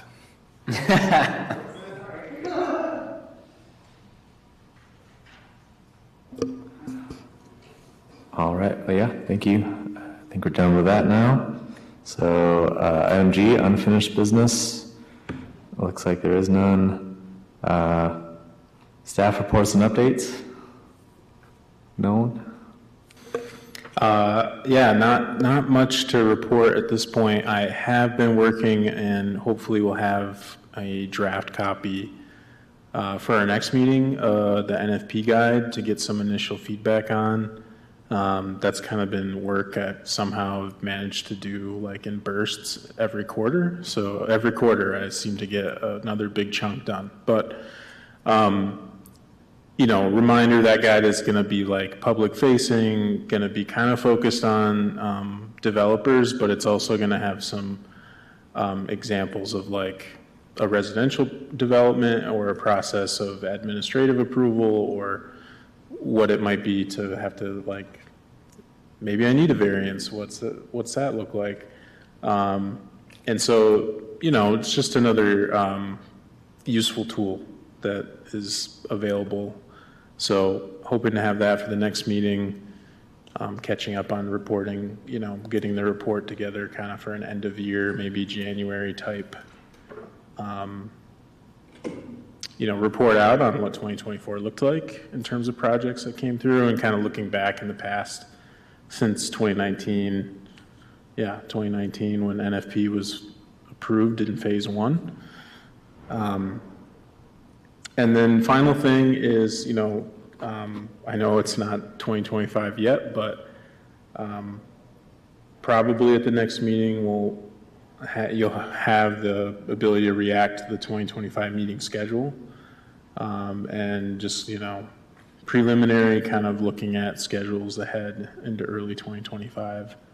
I know for a few of you, your terms go through March of 2025, so there's also that on the horizon. But yeah, that's kind of the big ones as it relates to the board. All right, thank you. Item I, communications and announcements. Imagine Kalamazoo 2035, Imagine Kalamazoo Reads event. Nolan, can you provide an update? Yeah, so we just went through the meeting on the go. And for those at home, all these resources are available on the city's website. There's a whole lot of resources right now actually available for the master plan update. One of those is the Imagine Kalamazoo Reads process. So we're reading the book Happy City, and we're wanting to read that alongside community members. So inviting community members to read that and provide comments. So just, as a general update to the public who's listening and to board members, check out the Imagine Kalamazoo page. You don't have to, you can go to the city's website and there's a pretty nice search bar. You can just type Imagine Kalamazoo and it'll pop up right away. So, yeah, just wanted to shout that out. Item 2, Michigan Avenue two-way design engagement, Streets for All. Nolan, can you provide an update? Yeah. Motorized and non-motorized connections, transportation was a big subject for the meeting on the go. I wanted to let all of you know as potential stakeholders that, we are working with Whiteman and Progressive AE right now. We have been for a good portion of the year now doing engagement related to the redesign of Michigan Avenue. And there's events still coming up, so if you want to attend those, you can check out the city's website too for event details. But we have another town hall meeting and some more reporting out to do on some of the feedback we're getting from an online survey and other engagement events on the redesign of Kalamazoo Ave. And it's been a pretty interesting process. Thinking about not Kalamazoo Ave, but Michigan Ave kind of in potentially 3 sections. You have the west end, kind of the middle area, heart of downtown, Rose Street to Burdick, and then you've got the east end of town. The built up portion and the portion as you're heading towards Harrison. We've done some walking audits, biking audits, but there's been quite a bit of interest in some greening of the west end of Michigan Ave. And so I think if you, as just a stakeholder in your areas of expertise, want to participate in some of those meetings, that would be, I think, really helpful getting that feedback. But anybody from the public is welcome too, so.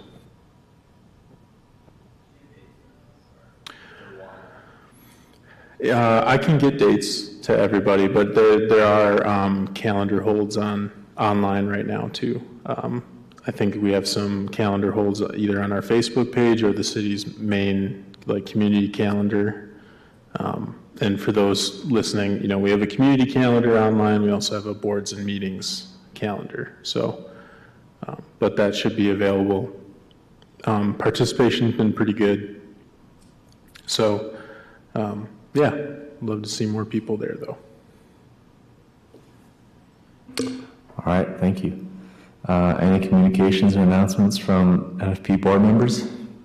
I just have a question about our next meeting date. I know if it goes as scheduled, it would be on November 26th, which is the Tuesday before Thanksgiving. Is that how things will stand? Yeah, that's Okay. currently how it stands. I think the only meeting date in December for 2024 that had to be amended was, there were 2. There was the February meeting, which was just a mistake on scheduling. And then there's a meeting date in December, but it's, the normal meeting date would fall right on Christmas or Christmas Eve. So I think it was the 19th. Potentially for the NFP meeting in December, but as of today, I'm not anticipating an agenda item for December. That could change. Okay. Do anticipate though the November meeting.